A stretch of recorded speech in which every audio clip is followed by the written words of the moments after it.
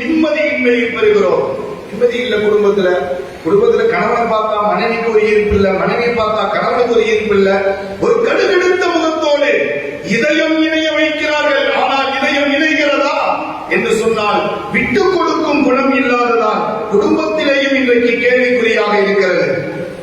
அருமையானவர்களே, அல்லாஹ்வின் ரசூலின் குணங்கள் எல்லா காலங்களிலும் நீக்கமாக நிறைந்தது.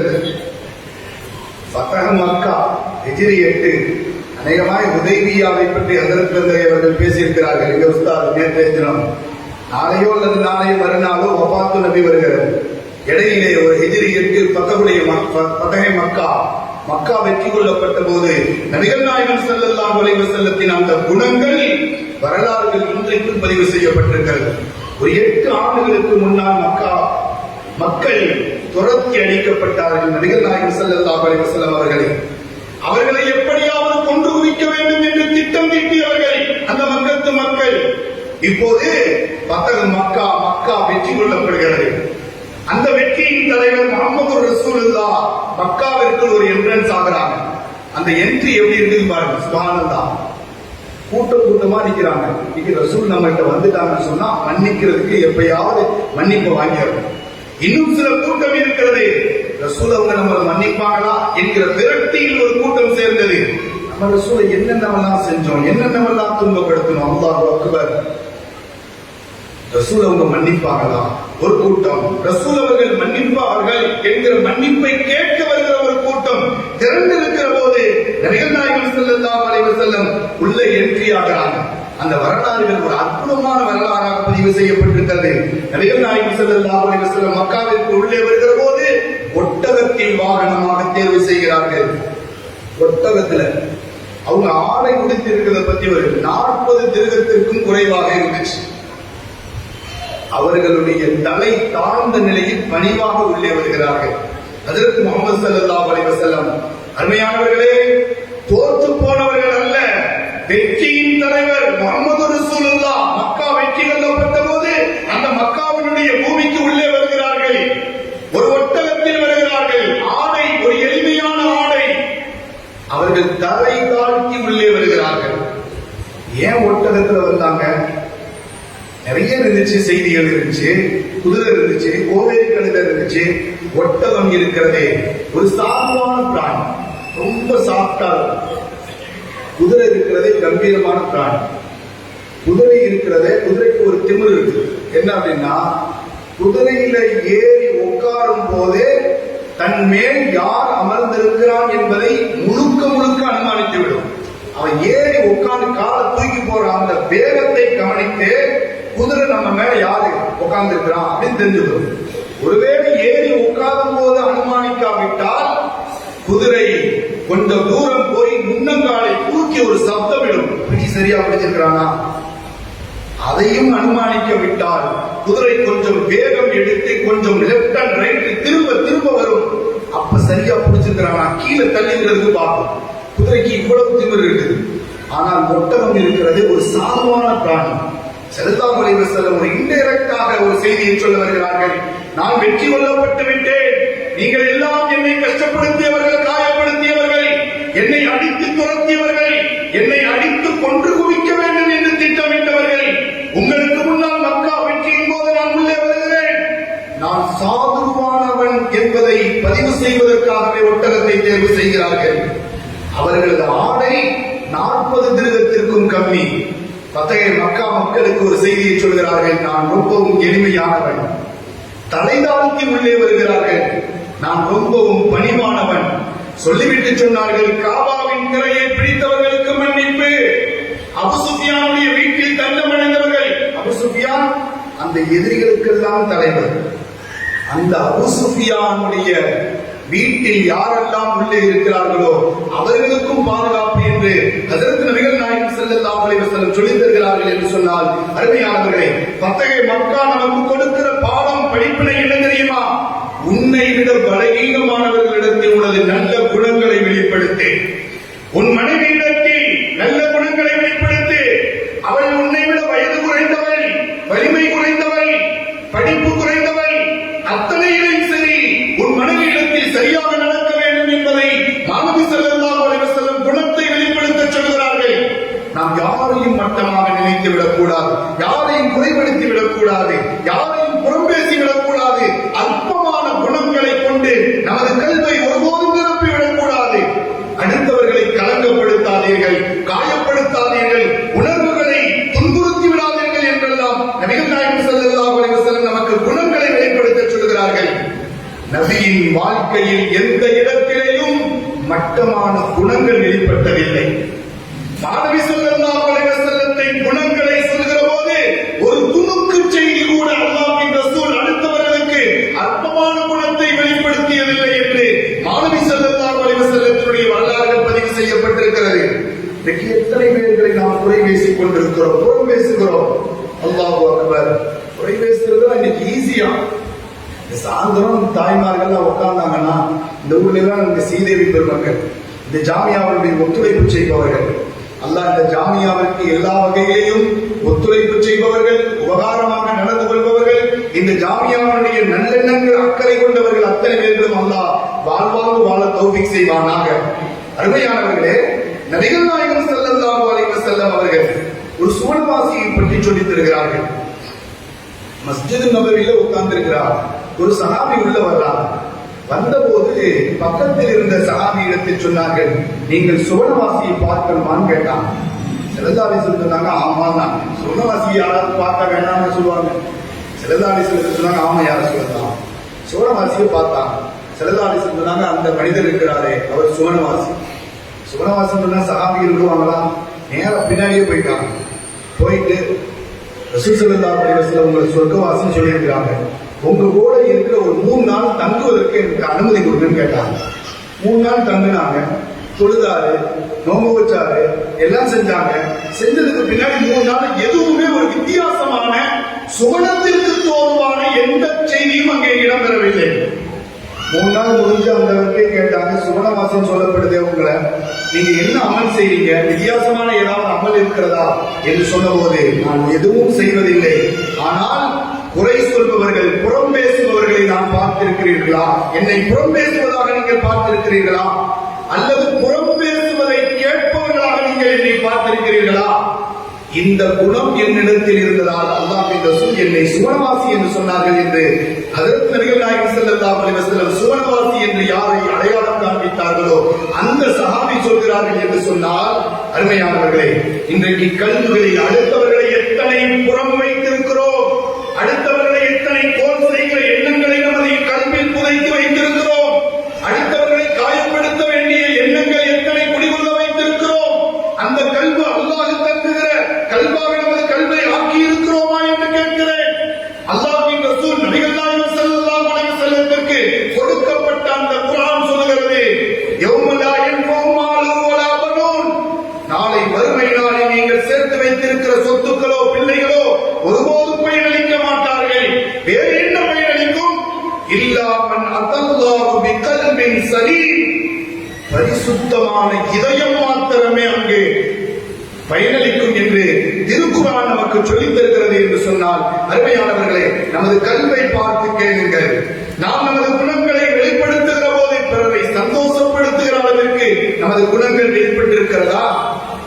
இன்னைக்கு நமது குணங்கள் எத்தனை பேர்களை காயப்படுத்தி இருக்கிறது, எத்தனை பேர்களை கஷ்டப்படுத்தி இருக்கிறது. நாம் எல்லோரையும் மகிழ வைப்போம். அல்லாஹ்வின் ரசூலின் வார்த்தையும் தகவலும் எல்லோரையும் மகிழ்விப்போம். நாம அதை கொண்டு நாம மகிழ்ச்சியாக இருப்போம். மகிழ்வித்து மகிழ்விப்போம் என்று சொல்வார்களா இல்லையா? எல்லோரையும் மகிழ்விப்போம், அதை கொண்டு நீங்கள் மகிழ்வுங்கள் என்றார்கள் ஹஜ்ரத் நபிகள் நாயகம் ஸல்லல்லாஹு அலைஹி வஸல்லம். ஒரு ஹதீஸ்ல இப்படியே சொல்றாங்க, அஹப்புன் நாஸி இலல்லாஹ், அல்லாஹ்விற்கு பிடித்த மக்களில் எல்லாம் ஆக உயர்ந்த மக்கள் என்ன தெரியுமா? ரொம்ப பிரியமானவர்கள் யார் தெரியுமா? அன்ஃபஅஹும், பிற மக்களுக்கு பிரயோஜனமா இருப்பார்.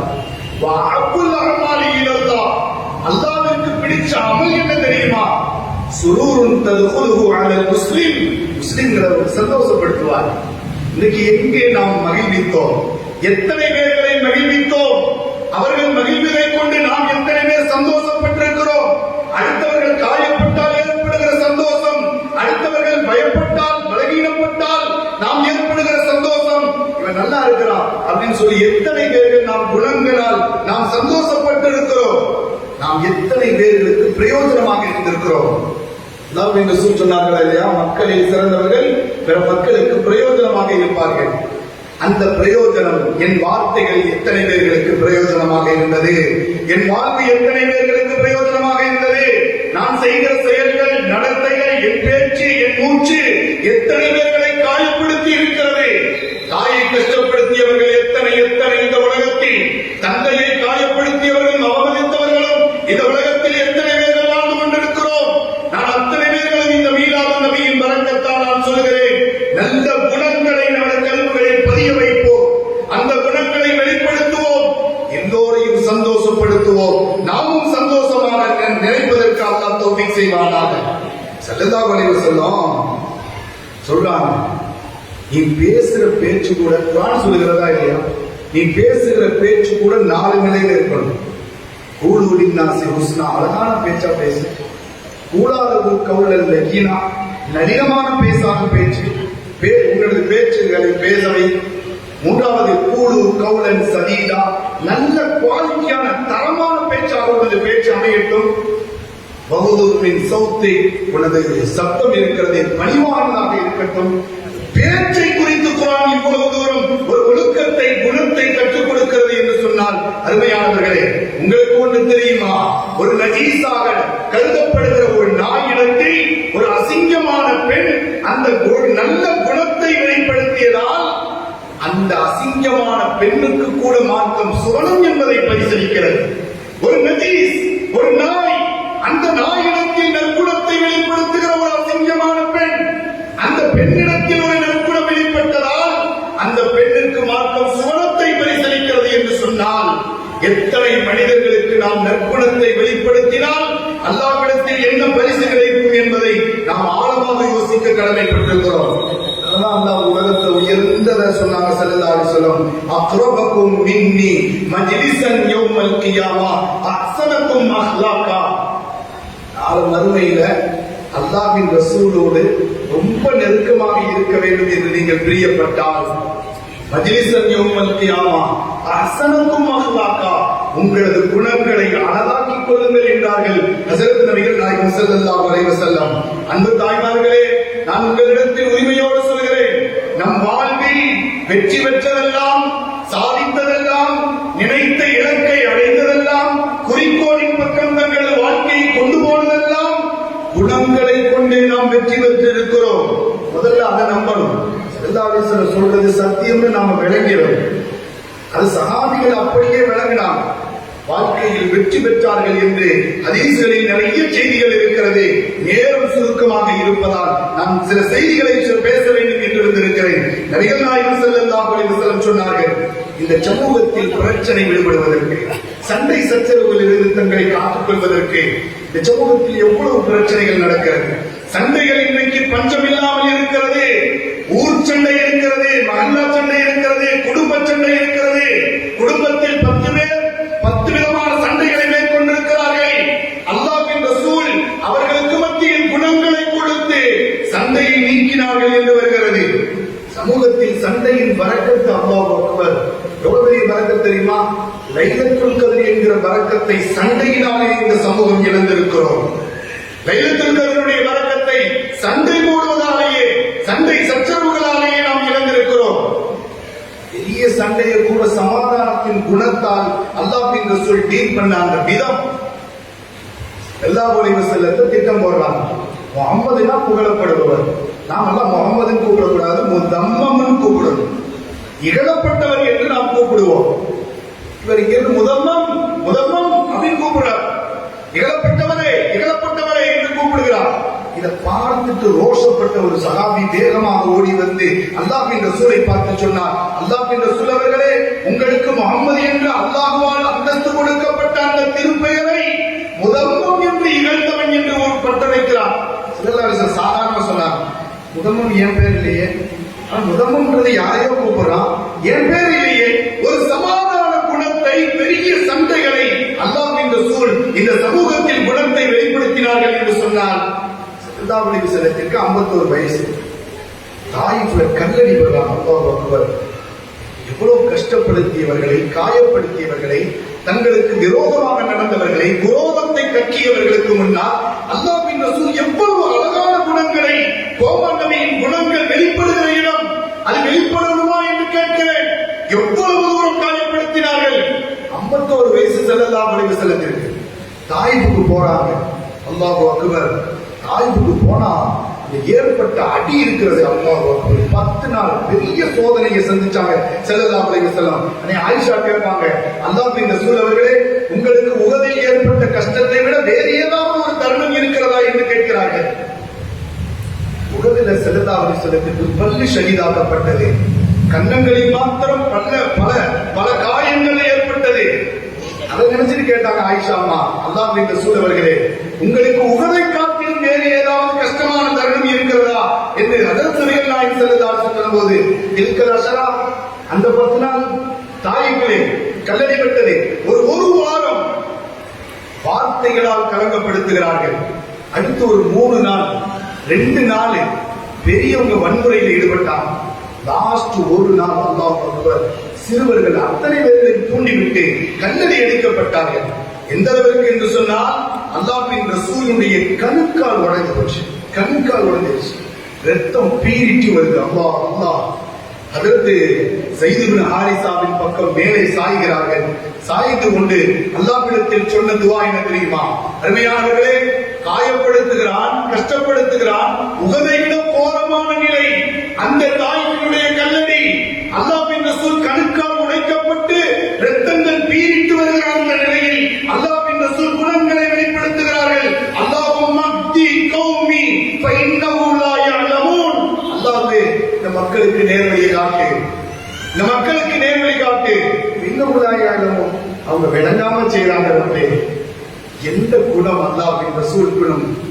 நம்ம யாராவது காயப்படுத்துறான், நம்மளை ஏதாவது அடிக்கிறான், நம்ம உடனே அல்லாஹ் அக்பர், அல்லாஹ் என்னை அடிச்சவனுக்கு நீ எல்லா ஹிதாயத்தை கொடுத்தா பக்கத்துல இருக்கிற நம்ம மெண்டல். அல்லாஹ்வின் ரசூல் கணுக்கால் உடைக்கப்பட்டு ரத்தம் பீரிட்டு வருகிற போது அல்லாஹ்வின் ரசூலின் குணங்களை வெளிப்படுத்துகிறார்கள். அல்லாஹும்ம அக்தி கௌமி ஃபஇன்னஹு லா யஅலமூன். அவர்கள் அறியாமல் செய்கிறார்கள். இன்னி அர்ஜு அன் தகூன மின் அஸ்லாபிஹிம். என்ன, அவங்களுக்கு பின்னாடி வருகிற சந்ததிகள் இந்த தீனை நிலைநிறுத்துவார்கள் என்று ஹஜ்ரத் நபிகள் நாயகம் ஸல்லல்லாஹு அலைஹி வஸல்லம் சொல்லித் தருகிறார்கள் என்று சொன்னால், அருமையானவர்களே, அல்லாஹ்வின் ரசூல் குணங்கள் வெளிப்பட்ட தருணம் இருக்கிறது. ஒரு மகத்தான இடத்தை இந்த மண்ணில் பதிய வைத்தது. யாரையும் கவலையோடு பார்ப்பதை அல்லாஹ்வின் ரசூல் விரும்ப மாட்டார்கள். இன்றைக்கு எத்தனை பேர் நமது அக்கம் பக்கத்தில் கவலையோடு இருக்கிறார்கள், சங்கடத்தில் ஆழ்ந்து போயிருக்கிறார்கள். நாம் ஒரு முறையேனும் அவர்களை கண்டிருக்கிறோமா? உங்களது கவலைக்கு ஆறுதலாக நாம் ஏதாவது வார்த்தைகளை சொல்லப்பட்டிருக்கிறோம். எத்தனை ஆறுதல். அல்லாஹ் அக்பர்.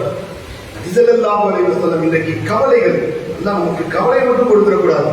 இன்னைக்கு எல்லோரும் கவலையில் ஆழ்ந்து போயிருக்கிறோம். நீங்களும் சரி, நானும் சரி. கவலையின் வித்தியாசம் தான் இருக்கிறதே தவிர கவலை இல்லாத மனிதர்கள் உலகத்தில் யாரும் இல்லை. இன்றைக்கு கவலைகள் அப்படி போய்விட்டது. பள்ளிக்கூடம் படிக்கிறவனுக்கு ஸ்கூலுக்கு போகணும் என்ற கவலை இருக்கு. ஸ்கூலுக்கு போயிட்டா அங்க பாடம் படிக்கணும் என்ற கவலை இருக்கு. வீட்டுக்கு வந்துட்டா ஹோம்ஒர்க் பண்ணணும் என்ற கவலை இருக்கு. ஹோம்ஒர்க் பண்ணிட்டு திரும்ப எக்ஸாம் பாஸ் ஆகணும் என்ற கவலை. நல்லா படிச்சு முடிச்சுட்டா நல்லா செட்டில் ஆகணும் என்ற கவலை. செட்டில் ஆகிட்டா கல்யாணம் முடிக்கணும் என்ற கவலை. கல்யாணம் முடிச்சுட்டா புள்ள பிறக்கணும் என்ற கவலை.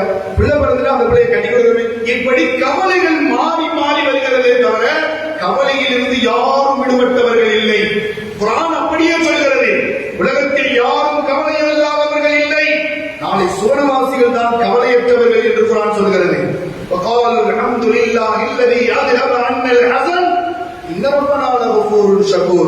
நாளை மறுமையில் சுவனவாசிகள் தான் சொல்வாங்களாம், அல்லாஹ்வே, எங்களது கவலைகள் எல்லாம் போக்கிய ரப்பே, உனக்கு அல்ஹம்துலில்லாஹ் என்று ரப்புக்கு நன்றி செலுத்துவார்கள் என்று வருகிறது. யாராவது கவலைப்பட்டால் அல்லாஹ்வின் ரசூல் அந்த கவலையை துடைக்கிறார்கள். அந்த கவலையை தேடி கண்டுபிடித்து ஆறுதல் சொல்கிறார்கள்.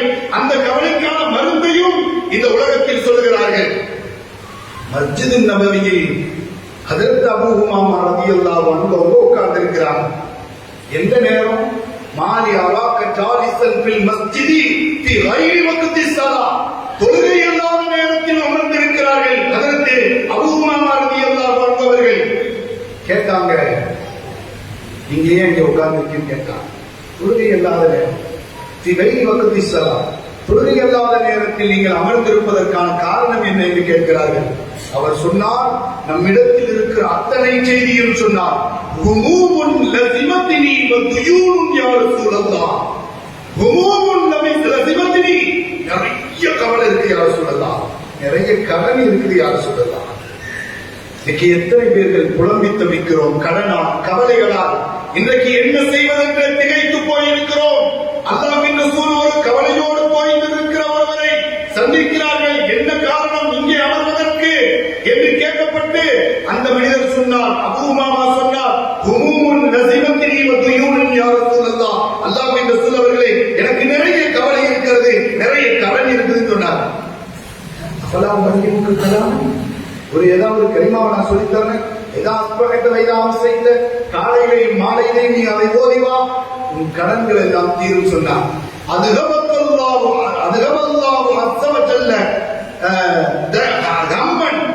உங்களது கவலை எல்லாம் உங்களை விட்டு ஓடிவிடும். அதை நீங்க காலையிலையும் சாயந்தரம் ஓதி வந்தா என்ன கவலை, என்ன துஆவது? அல்லாஹும்ம இன்னி அஊது பிக்க மினல் ஹம்மி வல் ஹஸன் வ அஊது பிக்க மினல் அஜ்ஸி வல் கஸல் வ அஊது பிக்க மினல் புக்லி வல் ஜுபன். இதை நீங்க ஓதி வாருங்கள் காலையிலையும் மாலையிலையும். என் அன்பு தாய்மார்களே, உங்களது கணவர்கள், உங்களது குடும்பத்தில் இருக்கிற ஆண் மக்கள், உங்களது குடும்பத்தில் இருக்கிற வியாபாரிகள், இன்னைக்கு யாரும் கடனை விட்டு தூரமாக இல்லை. அத்தனை பேர்களும் அத்தனை குடும்பங்களும் கடனால் கவலையால் திகைத்து போயிருக்கிறோம். வாழ்க்கையில் ஒரு கவலையை மனதில் நிரம்ப வைத்துக் கொண்டிருக்கிறோம். அந்த கவலைக்கு தீர்வு அல்லாஹ் சொல்றாங்க. இந்த துஆவை நீங்க காலையிலையும் மாலையிலையும் ஓதி வந்தீங்கன்னு சொன்னா அல்லாஹ் உங்களது கவலையெல்லாம் விரட்டி அடிக்கிறான், உங்களது கடன்களை எல்லாம் அடைக்கிறான்.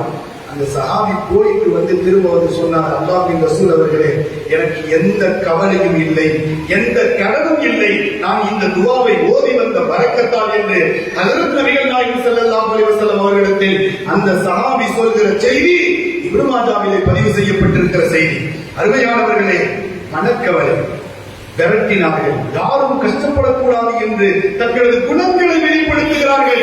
அடுத்தவர்களை எப்படி என்னால் மகிழ்வுற வைக்க முடியும் என்பதை ஆழ்ந்த கவனத்தில் அல்லாஹ்வின் ரசூல் வைக்கிறார்கள். நம்ம நபி யாரையும் திட்டாத நபி, யாரையும் ஏசாத நபி, யாரையும் குறை பேசாத நபி, யாரிடத்திலேயும் பொறாமையை கக்காத நபி. அந்த நபிக்கு நாம் உம்மத்தாக இருக்கிறோம். எத்தனை பேர்களை திட்டுகிறோம், எத்தனை பேர்களை குறை பேசுகிறோம். உள்ளத்தில் கல்விகளில் எத்தனை பேர்களை பற்றி கெட்ட எண்ணங்களும் அற்பமான குணங்களையும் நாம் கல்வியை சுமந்து கொண்டிருக்கிறோம். இந்த மீலாது விழாவின் வார்த்தையில் நான் உங்களிடத்தில் ஆழமான ஒரு செய்தியை சொல்வேன். எங்கே நபியின் சுன்னத்தை தவறவிட்டோம், எங்கே அந்த நபியின் வாழ்க்கையை நமது வாழ்க்கையோடு சம்பந்தப்பட மறுத்தோம். உலகத்தில் அந்த நபியின் குணங்களை நாம் பெற்றதால், இழந்ததால் என்னென்ன ஆபத்துகளை சந்தித்தோம். குடும்பங்களில் மன நிம்மதியை இழந்தோம், வியாபாரத்தில் நஷ்டத்தை இழந்தோம், ஒரு சொந்த பந்தங்களுக்கு மத்தியில் உறவுகளில் விரிசலை கூட நாம் சந்தித்திருக்கிறோம். ஆனால் அல்லாஹ்வின் ரசூலுக்கும் சஹாபிகளுக்கும் இருந்த அந்த தொடர்பு, அபூபக்கர் சித்திக் ரலியல்லாஹு சொல்றாங்க, அல்லாஹ்வுக்கும் ரசூலுக்கும் சஹாபிக்கும் மத்தியில் இருந்த அந்த தொடர்பு, நமக்கும் ரசூலுக்கும் மத்தியில் இருந்த அந்த தொடர்பு. அல்லாஹ் அக்பர். அபூபக்கர் சித்திக் சொன்னாங்க, எனக்கு எப்படியெல்லாம் தாக எடுக்குமோ நான் ரசூல் ஸல்லல்லாஹு அலைஹி வஸல்லம் போய் அந்த பானங்களை எடுத்துக்கொண்டு போய் கொடுப்பேன். இஷ்ரிபி யா ரசூலல்லாஹ், அல்லாஹ்வின் ரசூல் அவர்களை குடிங்கன்னு சொல்லுவேன். ஃபஷரிபன் நபி ஸல்லல்லாஹு அலைஹி வஸல்லம், நபி ஸல்லல்லாஹு அலைஹி வஸல்லம் குடிப்பார்கள். ஹத்தா ரவைத்து, அவர்கள் குடிக்க நான் தாகம் தீருவேன் என்று சொல்கிறார். என்ன ஒரு கனெக்ஷன்! ரசூலுக்கும் சஹாபிகளுக்கும் இருந்த அந்த தொடர்பு, அந்த தோழமை, தங்களது வாழ்க்கையில் ரசூலை எடுத்துக்கொண்ட விதம். இன்னைக்கு நாம் அப்படி இருக்கிறது இல்லையே. நாம நபின்னு சொல்றோம், நம்ம பதிவு வைக்கிறோம், முகமது நபி எங்க நபின்னு சொல்றோம். வீட்டுல அல்லாஹ் ஒரு பக்கம், முகமது என்று ஒரு பக்கம் ஸ்டிக்கர்ல ஒட்டப்படுகிறது. வாகனத்தில் முகமதை நாம் அனுமதிக்கிறோம்.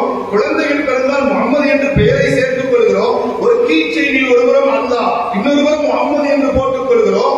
யாராவது நபியை பற்றி காத்தூர் வளர்ந்து விட்டால் அந்த நபிக்காக கொந்தளிக்கிறோம். ஆனால் என் வாழ்க்கையில் அந்த முகமது நபியை எந்த தூரம் எடுத்திருக்கிறேன்?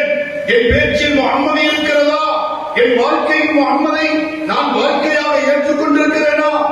உலகத்தில் முகம்மதாக நாம் வாழ்வோம், முகம்மதாக பேசுவோம், அவர்களது குணங்களை அத்தனை நேரங்களிலேயும் நாம் வெளிப்படுத்துவோம் என்று சொன்னால் இந்த வாழ்க்கையும் ஜெயம், நாளை மறுமையும் சரி அல்லாஹ் ஈடேற்றத்தை தான் வழங்குவான் என்று சொல்லி அல்லாஹ் இந்த ஜாமியாவின் பரக்கத்தால் நமது குடும்பங்களில் எல்லா விதமான ரசூலின் குணங்களை வெளிப்படுத்துகிற குடும்பங்களாக அல்லாஹ் நம் குடும்பங்களை தௌஃபீக் செய்து புரிவானாக என்று கூறி வாய்ப்பிற்கு நன்றி கூறி விடைபெறுகிறேன். அஸ்ஸலாமு அலைக்கும் வரஹ்மத்துல்லாஹி வபரகாத்துஹு.